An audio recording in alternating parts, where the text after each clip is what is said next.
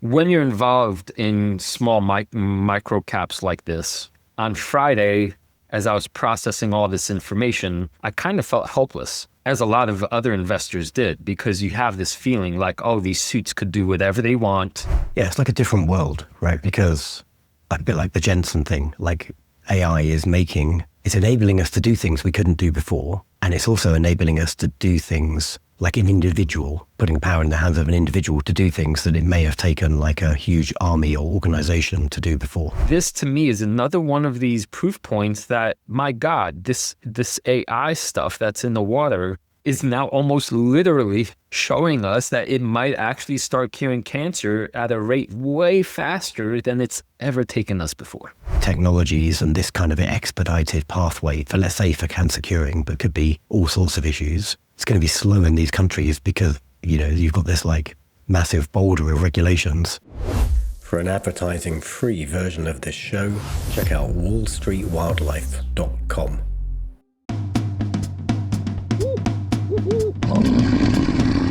Welcome to the Deep Investing Jungle with your hosts, Luke the Badger Hallard and Christoph the Monkey Piekarski.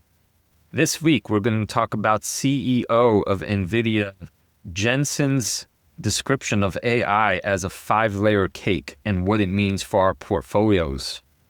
Is AI actually starting to cure cancer? There's a fascinating story making the rounds, and Monkey has a dive on DGXX and the trials and tribulations of investing in small cap companies where wild info makes the rounds and people don't know what to do with it.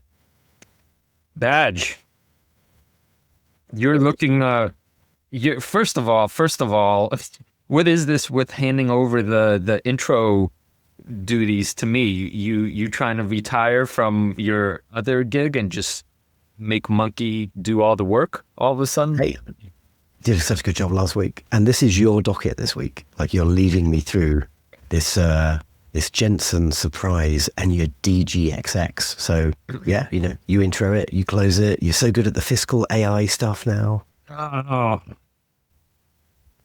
I gotta start underperforming before you start making me overwork myself. I'm too smart for that strategy. If you do shitty washing up, I'm just going to eat off dirty plates. I'm not going to do the washing up for you. Well, if our viewers are watching this on the YouTubes, we have quite the appearance this morning. You're looking very almost like you've been suntanning, like laying in a tanning bed. Not very British of you. Yeah, I burned myself to buggery. We did like a half day on the mountains in swimwear last week. So it was like hilarious fun being in the terrain park in like a pair of like swim shorts with my buddy in a bikini. But I burnt myself to crap. So I'm like bright red on the back. What kind of monkey would that be? Like a howler monkey or something? The one with the red ass. Anyway. Yeah. No, your face looks like the back of the baboon's ass, the red one, where they show their state of emotion by the color of their ass cheeks. And if you're not on the YouTubes, like get on the YouTubes, because for the first episode ever, Christoph is not wearing a hat, and I think it might be because of his mango collagen shots, like infusing his hair with beautiful oddity, like I don't know, stuff. Yeah, that's right, Badge. So what's the verdict? After 4 days of the collagen, is my hair looking stronger?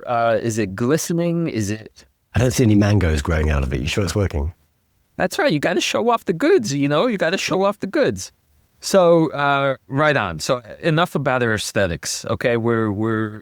Let's talk about this Jensen quote, and let me take our viewers what exactly he said and why he said it. Yeah, so before you take us into your Jensen conversation, I just saw like a glorious tweet in response to our last week's episode. I just really like this quote, so I wanted to surface it from Zachary Nelson on X. This was us chatting about like, do your stocks own you rather than you owning your stocks? And I just love this term, marry your bags. Yeah, I think it epitomizes like the emotions that go with you're in a loss. You're like your bag holding. This is like I guess it came out of crypto or something, like the term for someone who's like sitting on a losing position, and then you like marry your bags, i.e. you've like there's no getting away from these. It's going to be a painful divorce, and you're trying to put off the inevitable. So anyway, just wanted to surface that little tweak because I thought it was quite cool. Yeah, and it says identity-driven investing equals marrying your bags. The market doesn't do annulments, either cut losses or watch them compound into your identity. So this cuts both ways, because in the short-term world, when you don't, in the short-term trading world, if you don't exit a losing position soon enough, you become a quote-unquote community member. I did. By default, because you didn't get out in time. And then flip side on the long term is, because you've married your bags, you can't take the action that you ought to based on your thesis. So if you have a stock in your portfolio, dear listeners, and you feel like you've married your bags, go listen to last week's episode and then fix that, because that is no bueno. Yes, absolutely. Okay, moving on to CEO Jensen of NVIDIA releasing a blog post talking about what he calls the 5 layers of AI. Badge, I thought this was so directionally correct and important that I wanted to spend a decent amount of time just talking through this and its implications for investors. I don't think there's anything new under the sun here that we haven't talked about now for months.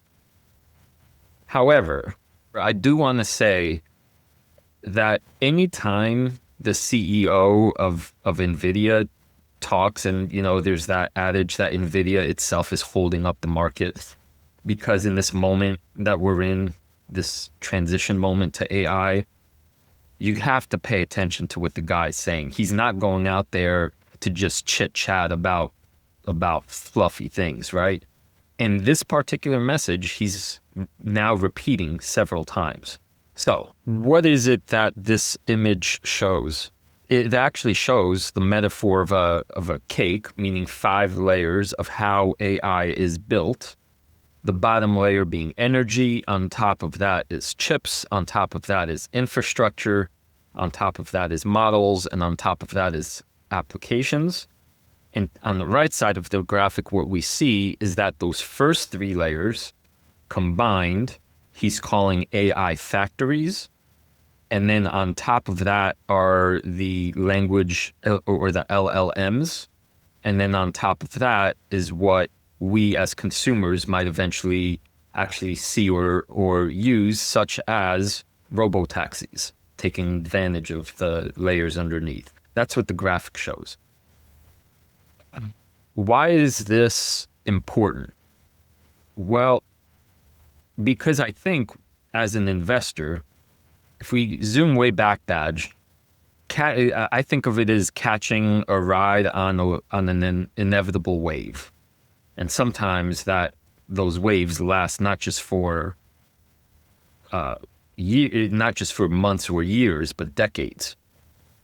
So if we actually think back to the advent of the internet, if you saw what the potential there was, you would have had more confidence investing in a Google or an Amazon, right?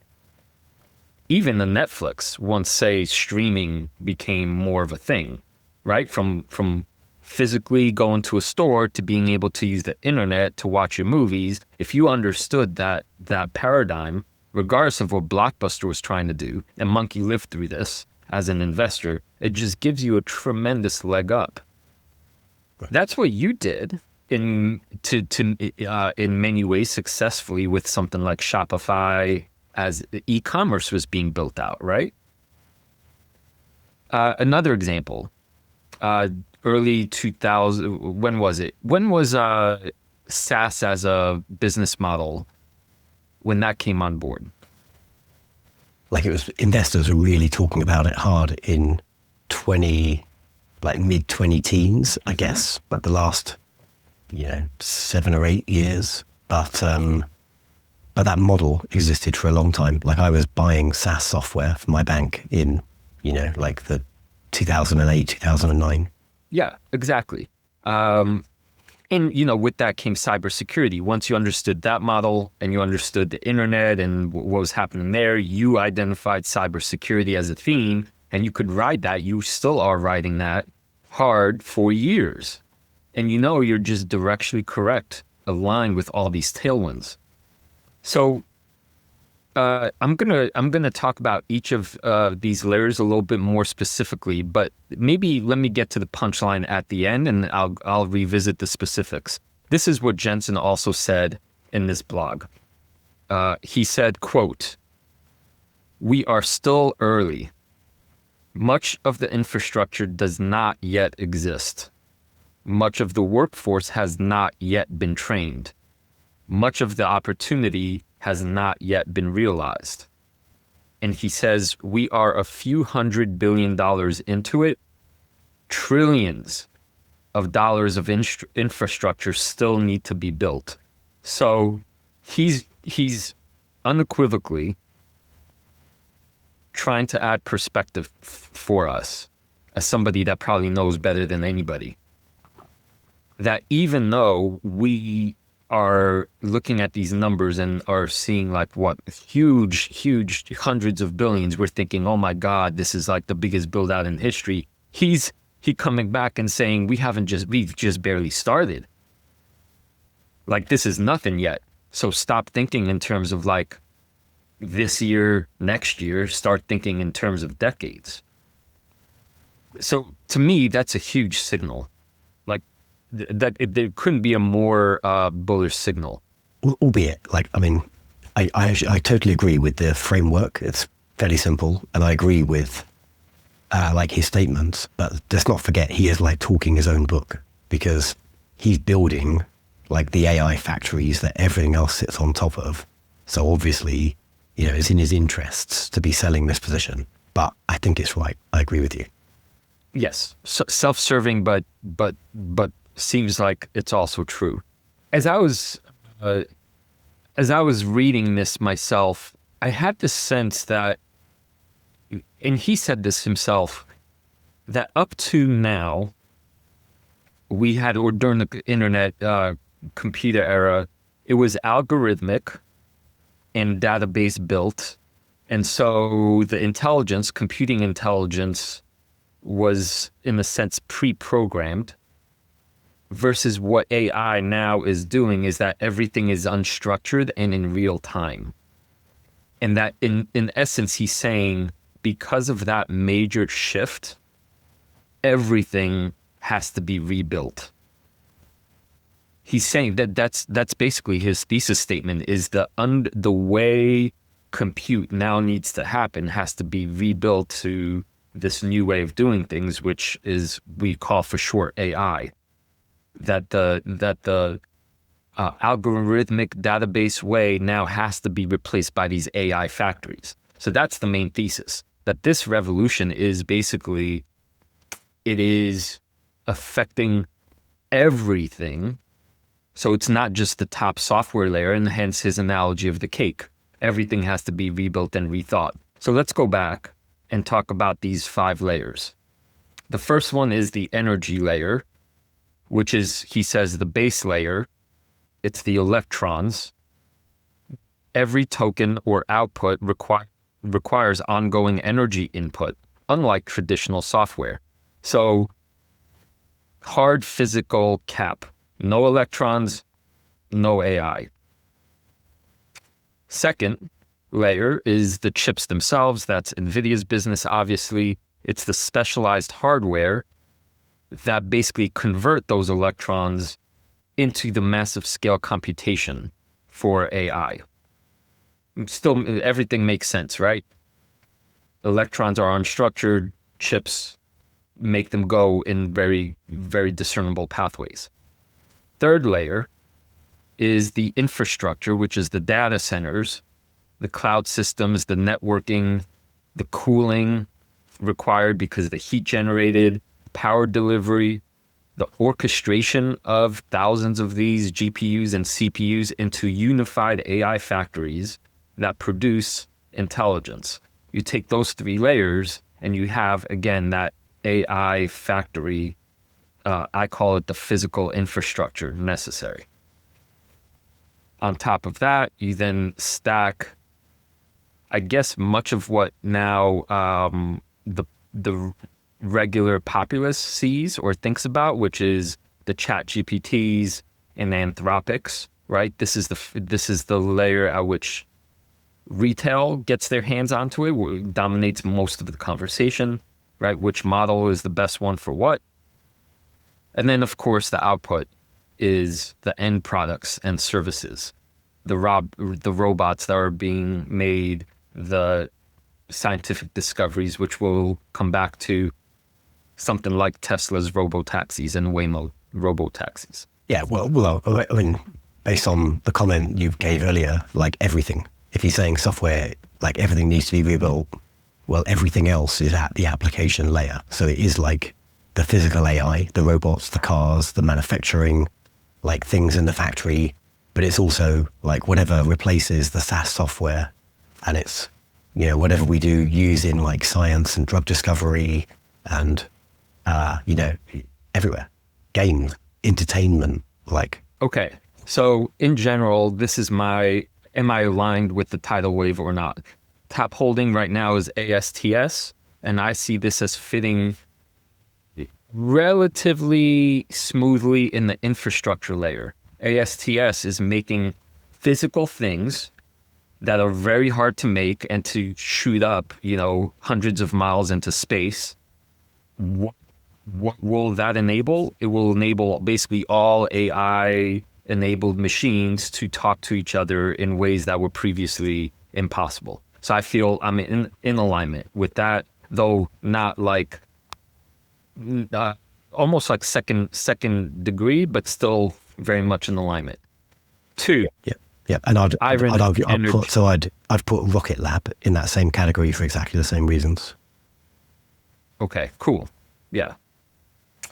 My second holding, iron energy, which is, it's both layer 1 and layer 3, the turning of electrons into data centers, best in the world at doing that. So I feel fully aligned.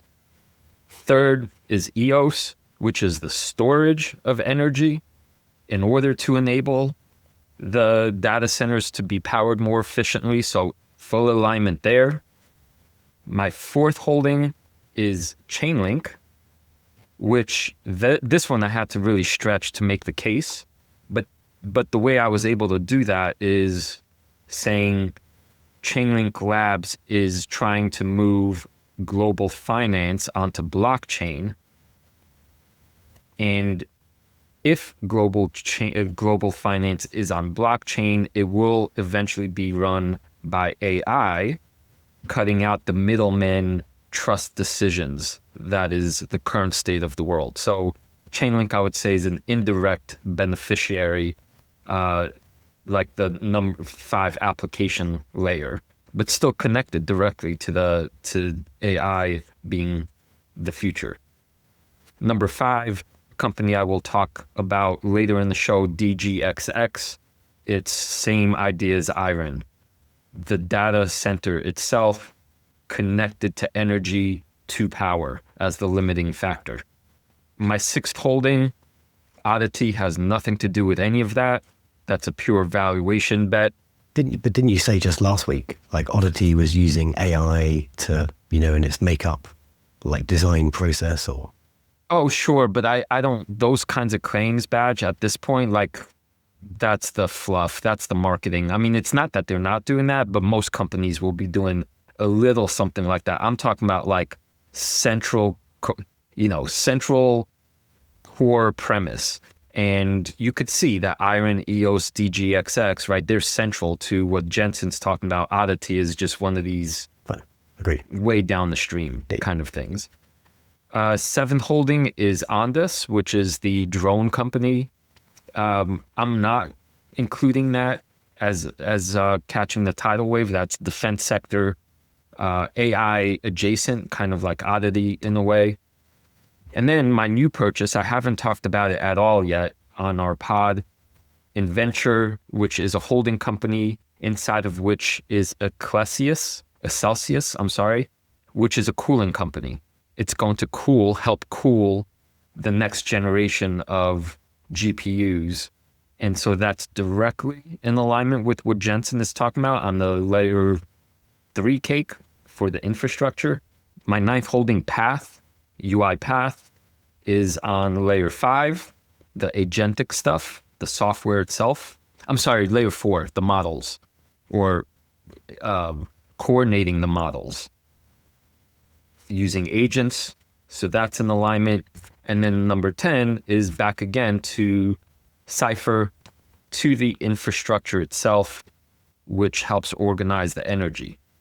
So in my top 10 badge, I feel like that's a pretty good hit rate. Clearly 7 out of 10 are directly catching the wave. One of them is very closely adjacent and the other 2 are downstream. So that gave me, let me say one more thing. I was actually a little bit surprised at this exercise. It's not like I don't know what I hold, but the amount of my positions that are now tied up directly to making something physical. Jensen is talking about this in his post, like picks and shovels. It's like the plumbers. It's not the software stuff. We need people to go to literal physical places, land, and erect power lines, and with the power lines, right, build data centers, and then inside the data centers actually connect things using circuits and wiring, right? These are physical things, batteries and satellites. I was like, oh wow, this portfolio looks very different from what I used to hold during the SaaS era. And I was like, wow, okay, this is a new paradigm, but I feel confident given what Jensen's saying. So I'll end it there. Well, I mean, maybe I'm surprised you're surprised because, we didn't need to see this blog post from Jensen, but we've all known this, layering really, but he's written down something I'm sure like hundreds of other people have written down before as well. But you've been like the energy and the semiconductors guy for quite a long time and the infrastructure guy for quite a long time. So, and you and I talk about AI all the time, even though we're not trying to be an AI podcast. Like it's hard to be an investor and not be an AI investor. So seems natural to me. And if I look at my own portfolio, like again, I haven't prepped this segment, but like the large majority of my own retirement portfolio positions are well aligned. Things like, Google and Amazon being like hyperscalers. That's like a pretty big chunk of my portfolio there. Maybe arguably Mercado Libre is not. Things like CrowdStrike and Palo Alto Networks as being like in that application layer and like legitimately, I think. Palantir is, I think it's like in the models layer, even though, it might be possible to not think about it in that way, but it kind of is like a coordinator of models. Tesla, obviously, with the Terafab, that announcement, they're in like many different layers, probably almost all of them actually. Tesla Energy with Terafab, they'll be building chips. They've got like the gigafactories and, that's like an XAI, that's like your infrastructure. They've got Grok, like somewhere not in Tesla, but in, Musk's empire, plus SpaceX with Starlink and applications because they got like, robots coming and robo-taxis here. So, I feel like I'm pretty well aligned. But again, I'm not surprised that I'm quite aligned. And the stocks that are not aligned are the obvious ones that you pull my shoes over, whatever that term is, like Greg's. Right. Maybe let me rephrase it this way. This exercise helped me come up with 2 distinct categories, directly in alignment or adjacent. And I think what I'm saying is most companies will be adjacent somehow, unless they're Greg's, right? And by the way, in this case, I am saying that when I looked at my number 6 holding, Oddity, I was like, I'm not calling that AI at all. So I'm calling it like, adjacent. So I have to have a very good reason to myself to own that rather than one of these other companies that are directly in alignment. Is my reason for holding oddity good enough? And I think it is, because of the massively undervalued special situation it finds itself. But I have that reason, right? Two, and this is fresh news for anybody listening to this, I suppose, a couple days from now. Just this morning, before recording, I actually sold off 7 shares in my King of the Jungle portfolio from Ondas, the drone company, and added more to DGXX, the small cap I'm going to talk about at the end of this show, in part because of this. Because the drones are, call it adjacent, whereas DGXX is direct.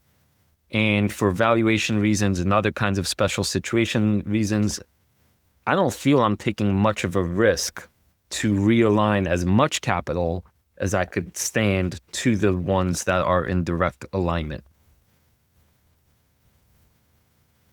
Yeah. So next segment, Badge, I think is a natural follow-up to this, because over the weekend, I think it was on Friday or maybe Saturday, there was a story that made the rounds about a tech entrepreneur in Australia who basically on his own had a beloved dog of his that was dying of cancer, and he paid $3,000 to sequence the tumor from his dog, fed it to ChatGPT and AlphaFold, which identified the proteins. And then this is a little bit where the ellipses show up, he designed a custom mRNA cancer vaccine from scratch, working in tandem with a professor aligned with, I think, one of the bio laboratories, kind of skipping a lot of the big farm, FDA approval steps, fed it, had the vaccine made, waited a month or so, and lo and behold, according to the story, a large majority of the cancer went into remission, enough so that he started making the rounds of the TV news networks. So this ran as a really feel-good story. My own commentary, Badge, is I know there are holes in this in terms of this isn't like how things are going to be done going forward. 100%. This is a little bit maybe anecdotal for now. But even if like 70% of this is true, and even like 50% is replicable, then this to me is another one of these proof points that, my God, this AI stuff that's in the water is now almost literally showing us that it might actually start curing cancer at a rate way faster than it's ever taken us before. Yeah, it's like a different world, right? Because a bit like the Jensen thing, like AI is it's enabling us to do things we couldn't do before. And it's also enabling us to do things like an individual, putting power in the hands of an individual to do things that it may have taken like a huge army or organization to do before. And so that does have profound implications for the world. And for very good reasons, like big regulatory agencies, like, perhaps like financial regulators and medical regulators, like they're slow by design to adopt like new stuff and new ways of working, because there's human lives are at stake.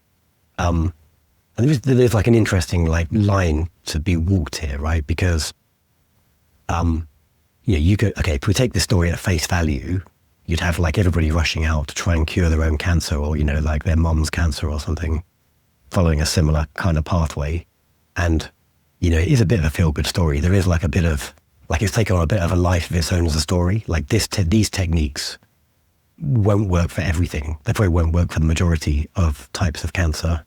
And, you know, this tech entrepreneur, there's a bit of like hype in this. Like he did have to partner with experts and, you know, like huge laboratories to execute this pipeline. He managed to like navigate it. And that's not something that anyone can do. It's not like you can sit down with Gemini and like cure your own cancer.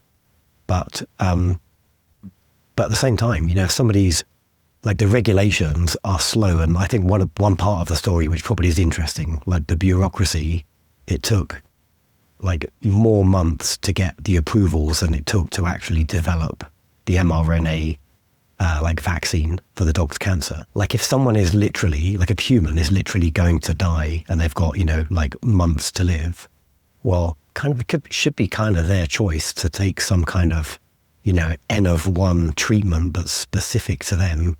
And if it screws up and it kills them, well, you know, what did they lose anyway, right? They took a like they rolled the dice at the craps table and it didn't work out, but they were going to die anyway. So, you know, there is this kind of compassionate use sort of idea that someone in that situation can kind of expedite and like fast track a solution for themselves, if that makes sense. But I think that is still administratively like very, very slow to navigate. And so the world does need to adapt to, or the medical regulators do need to adapt to this, you know, new paradigm, because AI is making this stuff much faster and more accessible. Yeah, that's such an important point, Badge. You know, as the resident sort of biotech quasi-expert, just like Jensen is saying, the whole infrastructure now has to be rebuilt. I think it's the same point about biotech.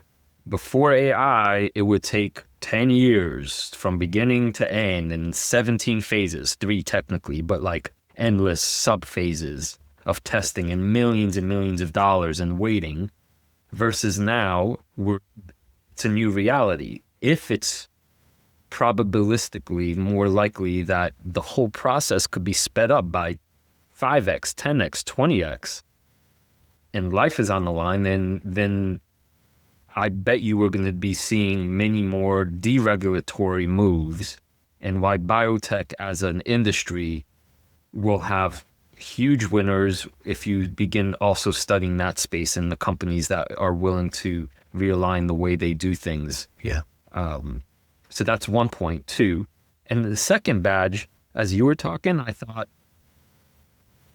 this is the worst that AI will be. So wherever we are now in early 2026 with the models we have now, this is as bad as it's ever going to get. So, you know, when we do our predictions podcast and we look so silly from where we were just 3 months ago, a year from now, 2 years from now, with zero confidence can I say the world's going to be, you know what I'm saying? It's kind of as you and I are both optimists, I think there's a tremendous amount of optimism, I think, around this. And as long as, like you were saying, we temper our enthusiasm with the actual lived reality, I'm nonetheless excited about the black box. That is AI actually going to amount to anything? I'm starting to say, like, my God, and it's probably going to happen faster than we think. And like staying on this specific thing, like the mRNA vaccine for the dog, like this is very different to, it's like you've got one regulatory process. I'm not an expert, but I think you've got like one regulatory process and pathway to get like drugs approved. And obviously there are like shortcuts and things, but they're still complex to navigate. And if you're rolling out like, you know, a Zempic or something, and it's going to go, you know, it's going to be like a jab that goes into like hundreds of millions of people's arms, then yeah, of course you have to have like trials and like a lot of controls and tests. And it's correct that it takes years because you don't want to like murder like hundreds of millions of people. But if you're developing like mRNA, and this is like sequencing that specific cancer in that specific, in this case dog, but could be a human, and then creating like, you know, a targeted drug for that specific thing, it's not that injection is not going to go in anybody else. It's just going to go in that one patient. And if that patient is cured, you're going to like trash whatever's left over. So, common sense says that shouldn't have to follow like the same bureaucratic regulatory pathway as like a mass market drug. Yeah, and there's the, it's the tension in regulatory systems. I mean, that's kind of where a lot of politicians fight over. One side says you need to keep everybody safe, lots of regulations. The other side says let the markets decide and let people decide, and kind of more of the Wild West approach. And of course, the truth is always somewhere in the middle. But this stuff is making me think, I know how I would feel if my life is on the line. Screw the regular, if we have the tech, it would be immoral to say you can't have it, even though it could save your life. It's probably going to happen anyway. Are you familiar with the term turkey teeth? Is that an Americanism as well? Turkey teeth? Yeah, it might just be a European thing, or a British thing. So like, Brits who want to fix their teeth because we have like, traditionally terrible teeth compared to you, like perfect molar Americans. Like if you want to, you could spend a fortune in the UK, or you go to Turkey, the country in Europe, and you get, a whole new set of teeth and a bunch of dental work at like cut price costs. And, for the same reason, people travel for cosmetic surgery because it's cheaper. And unfortunately, you hear about like horror stories of things going very badly wrong. Maybe a bit speculative, but we're probably going to have, we might have like countries like the US and the UK where it's actually just going to be incredibly slow, and it's going to take years, if not decades, for these sort of technologies and this kind of expedited pathway for, let's say, for cancer curing, but could be all sorts of issues. It's going to be slow in these countries because, you've got this like massive boulder of regulations that maybe some other countries or, some island state or something, they're going to set themselves up as like the, mRNA, come and get sequenced and get cured in like a weekend and go home with like, like a briefcase with a couple of syringes, and that's your answer. Who knows where this stuff is going to go, but life will find a way. That's probably like a Michael Crichton quote from Jurassic Park. Yeah. Yeah. Oh, at first when you said turkey teeth, I was thinking of the animal, the turkeys that gobble, gobble, like, okay. All right. So, Badge, I feel like that's a wrap. Can I talk to you about one of my most recent investments? Yeah, let's hear it. So this is a little bit of a stock safari segment and a little bit of a commentary about investing in small caps. I'm talking about Digi Power X, ticker symbol DGXX. This is actually not that complicated to understand, Badge. You're an Iron Energy shareholder. This is like, in theory, a baby mini Iron. They directly own land. That land is powered. This is the level 1 problem. Like you need electrons, and you need the electrons to, in layer 3, be available. So they own megawatts. The way they did this is they took kind of crappy old sites and they retrofitted them. So smart. 2, what makes this company more interesting than others is they're working with semi-macro, and they basically patented, you could think of it as systems like cubes into which you stuff GPUs, but they did it in a way that is cost effective and faster. They're calling these the ARMS 200 modular pods. Think Lego blocks. You build your GPUs into these things, then you stuff them inside the actual land and data center, and you're going to be online and powered way quicker for cheaper. That's kind of the thesis for this company. And then we got news a couple of weeks ago that their first AI revenue will come on board in, I believe, early April through their Neo Clouds platform. So this is like Nebius, but a smaller version of it. In other words, this is the end state. There's going to be tenants moving into their Alabama site. That site has 10 megawatts available. They're going to use these. Yeah, everything's going to be powered on, and now the revenue is going to flow. That's the basic story. It's not that complicated. There's a lot to like about this company, however, that requires a little details. The basic financials badge to me are it's another one of these how could I not invest in this company situations. Their current market cap is approximately, it's swinging volatilely between 150 million and 200 million dollars. So it's a micro cap, it's a baby. Yep. Their Alabama site badge has 10 megawatts available. The going rate is $15 million per megawatt. So they're expected to turn on annual recurring revenue of about $150 million just from that one site. Again, that matches their market cap at the moment. So the market is basically not believing something,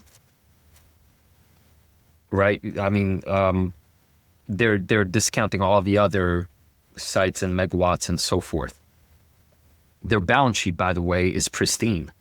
Zero debt, 80 million already in cash, and they recently acquired the rights to what's called a power factory. So kind of like Soluna Holdings, they will help generate their own power. So this is, again, back to what NVIDIA, what Jensen is talking about, like the companies that could actually have the permits, have the power, have it all running.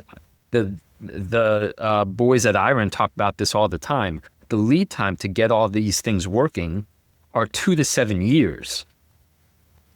So this is one of those timely situations. So that's kind of in short why I started adding, why I bought calls some weeks ago and why I started building my position. It seems massively undervalued at the moment that revenue is about to start coming in from all these pieces working together. But there's a part 2 to this. And this is, there's a nasty bit of financial funny business that happened over the weekend. I want to walk you through this very quickly. Okay, so here's what happened. On Friday, stock drops 22%. Why? Because up to Friday, part of the story that made it even more enticing to me was that, get this badge, the former CEO of Verizon, what was Verizon's market cap? Like 200 something billion dollars. So we're talking about one of the world's largest companies, came on board to work with DGX. It's like, and people are looking at this like, how in the world is the, something, you don't, world-class CEOs don't usually hang around with tiny microcaps. So what was revealed over the weekend on Friday was that they were going to actually spin off this arms unit into a subsidiary. And then at first the market reaction was positive, but then it ended up being down 22% because when you read the fine print, insiders basically got 49% of the company ostensibly for free. Okay. And at that kind of moment, all the long-term DGXX shareholders were up in arms saying, wait, you're telling me we funded this platform and now you suits are going to get all this equity, and then where's the revenue going to flow through, right? What makes it very possible for you to dilute us further, and then it basically becomes management screwed over shareholders, and what can we do about it? The details are actually complicated. I suggest anybody interested in this company go and do your research. But we got news this morning before recording that DGXX clarified that this subsidiary that's been spun off, all margins and all future revenue from employing the ARMS modules will flow 100% back to DGXX. So basically, other than these suits getting too much for free, that argument has not been settled, but the actual structure and future dilution of the company itself was clarified to be intact. So today, the shares are up about 10%. And I bought more. That's why I sold on this to add to DGXX. It's complicated, Badge. There's a lot of moving parts, but in the end, here's what I want to comment in the big picture. For this segment, I call it live by the sword, die by the sword.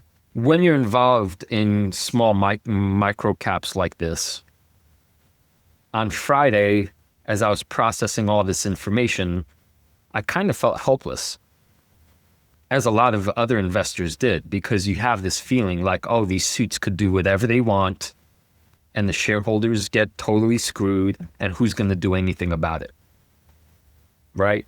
It's a bad feeling. It's kind of nasty. It's really, really nasty. You know what the flip side is? I don't know if I could prove there's a 1-to-1 correlation, but as soon as this news dropped, a bunch of the investors in the DGXX community rallied together. One of them specifically, I forgot what his handle is, Chino Abelman or something like that. If you type in DGXX, he's one of the top posters.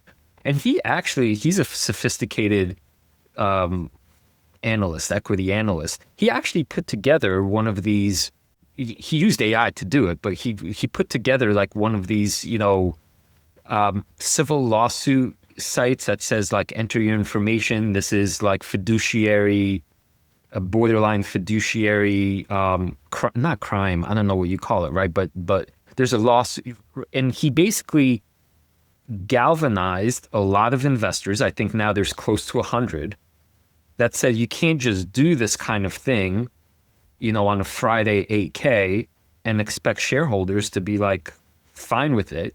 And lo and behold, before market open, we get a clarification 8K filed by the company that totally clarifies things are actually mostly above board. And I think this is another one of these reasons why investing now is a whole new world. Before, the kind of communal stuff, maybe they get away with it. If they're kind of criminals, maybe they actually try to pull a fast one. It's hard to say, right? But the error here was they should have communicated the information more clearly up front. Then it took people saying, no, you don't get to do that. And then we get the clarification 3 days later. Like, it's kind of nasty, shady stuff, but with a kind of happy outcome in this case, I think. What do you I see you smirking a little bit. What's your... Good spot. I'm only smirking because, like, at the top of the episode, we talked about, don't marry your bags. And you're like, if you're a bag holder, suddenly you're a community member. So you've got this community of DGXX bag holders, and then they're, doing what they can to, like, fight for... Like, the non-smirky bit is...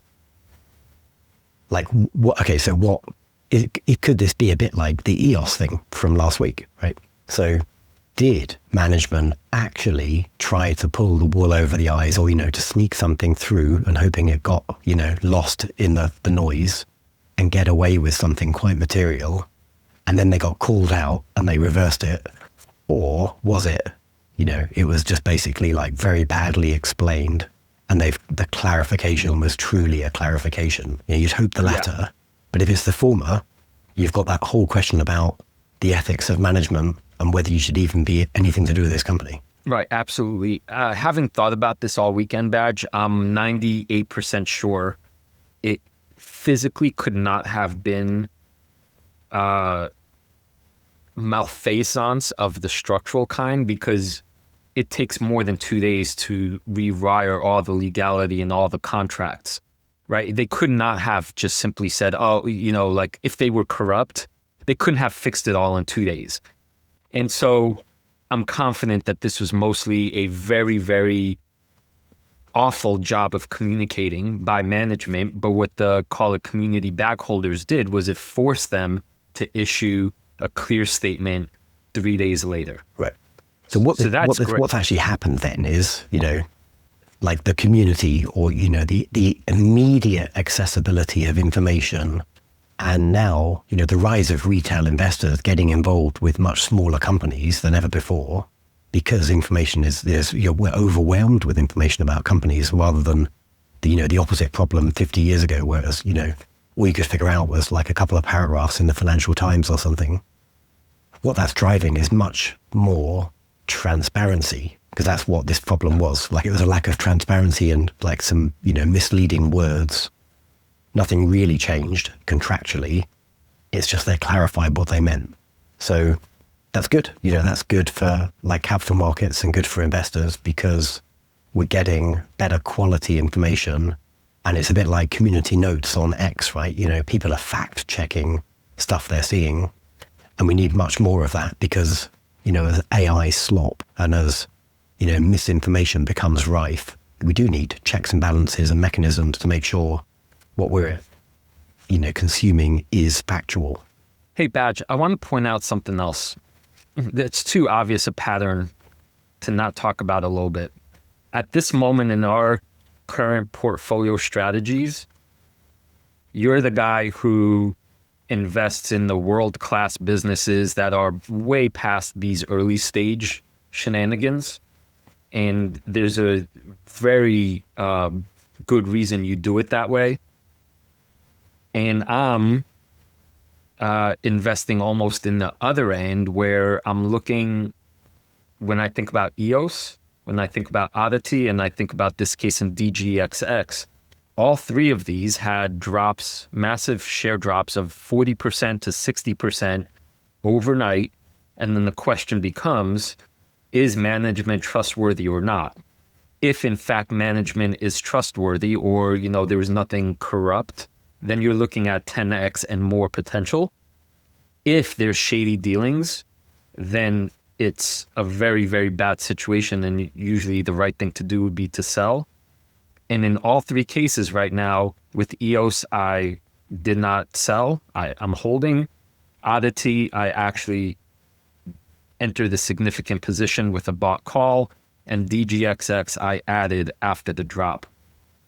But that kind of, what's it called? Live by the sword, die by the sword. Turbulence involved in the unexpected stuff is pretty challenging to deal with. I'm not sure I could have handled it on my own as an isolated investor if I wasn't connected to enough people all investigating together. You said there's a pattern. Like, is the pattern inside you? It's that you're being too forgiving and accepting of like sloppy management. If we're just in the kindest possible way, like sloppy management, not like unethical lying management. Should you really be standing for that in your portfolio holdings? It's a good open question. Every investor, has to have that line in the sand. And I talked about it at length with EOS. That in that situation, I thought they were caught in an impossible situation. So they took like a hard in a rock place kind of choice. Oddity, I don't think there's anything really to blame them for. And then in this case, there's another interview, by the way, coming out with DGXX CEO tomorrow. So it's one day after we record. But I can expect further clarification about some of the insider dealing. But you are absolutely right that the difference here in these baby companies are you just don't know what you're going to get sometimes. Whereas with the world-class ones, that the management team just won't be an issue. I know we were going to probably push this out of the docket, but let me just go back to something we said we were going to talk about this week, and just give it 1 minute, because I think it's got some relevance here.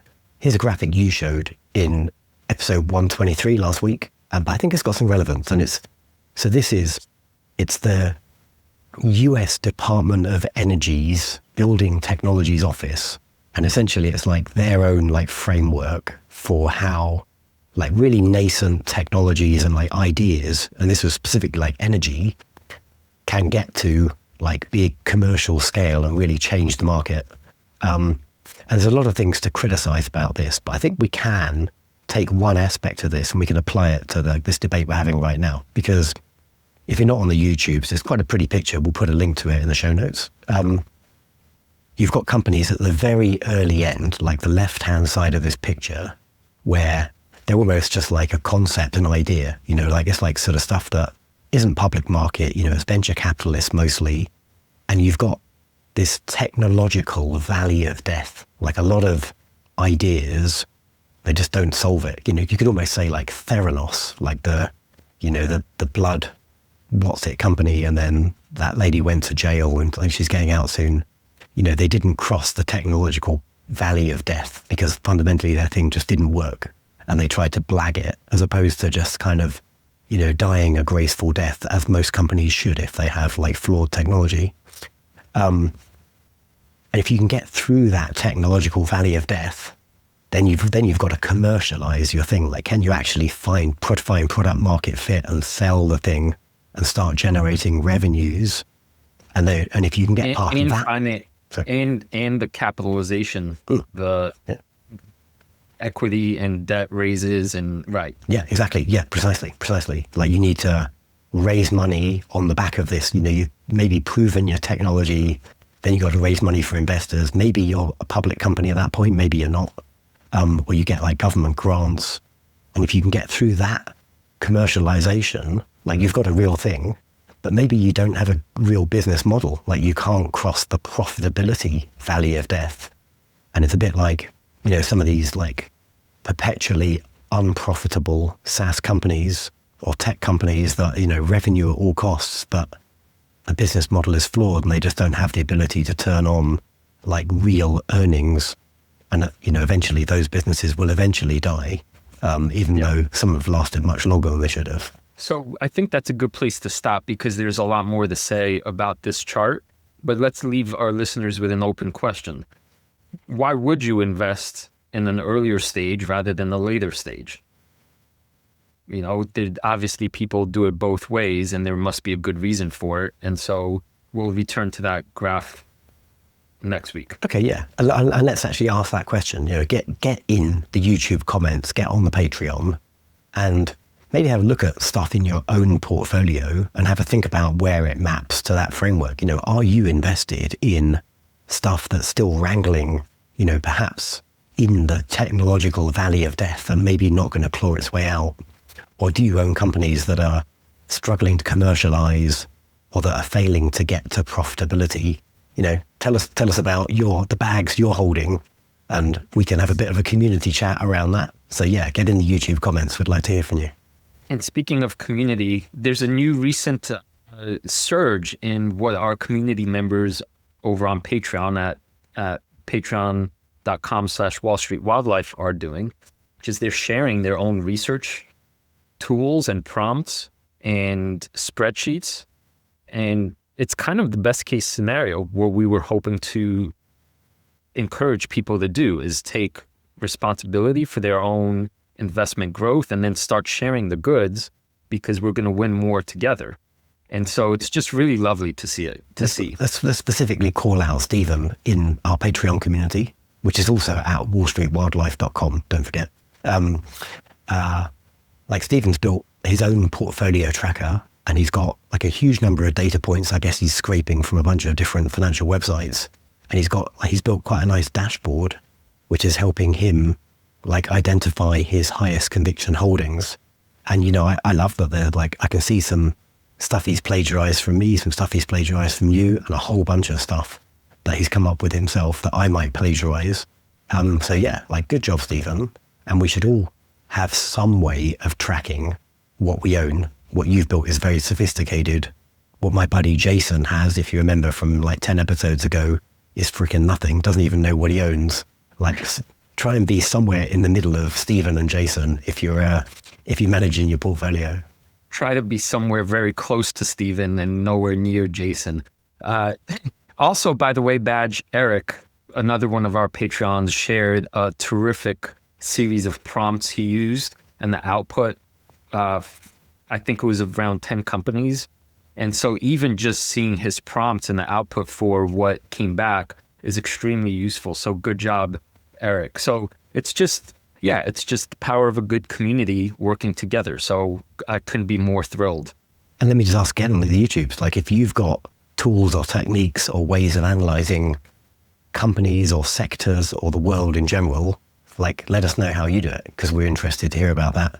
And if you've got something particularly innovative or fun, then we'll definitely showcase it on a future episode. Hey, Badge, before closing, I forgot to mention one very silly fact. So this is almost in comedy portion of the show, because you're going to smirk and laugh, but it has some investing relevancy.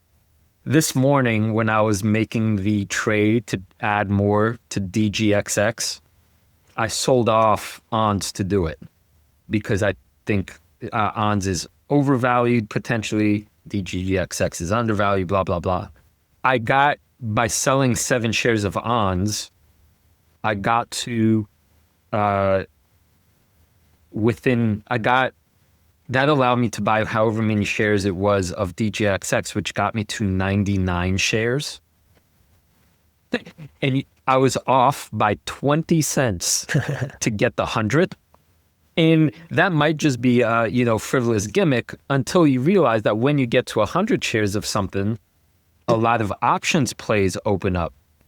So because we were about to record and I would needed to have sold another position to get the stupid 20 cents, I'm now stuck at 99 shares and I'm just going to wait to get the 100th share. But sometimes you're, this close. So anyway, funny monkey business. Very good. And if you're listening and you're wondering what Christoph's talking about with why 100 shares is relevant in any way to options, go check out the Options University at wallstreetwildlife.com. And I think you can get a free trial, can you? And you can sign up and you can learn all about what options are, how to trade them, how you can use them to be a total degenerate if you want, but really how you can use them to generate income in your portfolio, create insurance around your portfolio, profit from volatility, make money when stocks are going up, going sideways, or going down. Like there's a whole range of tools that Christoph explains in great detail with a whole bunch of tools and simulators. So like it's a legit tool. It's not just learning, and it's well worth checking out. Awesome. Thanks, Badge. That's wallstreetwildlifeoptions.com. Sweet. Before we close, we want to thank Fiscal AI, our essential stock research platform. We've been using it every day. It's where we go to start our research. It offers up to 20 years of financial data. It's got all the KPIs you could ever want. So use fiscal.ai/wildlife for 2 weeks of Fiscal Pro. You don't need a credit card. You get a 15% discount. That's fiscal.ai/wildlife. Badge, you ready to become a beast of an investor, buddy? Your journey starts here.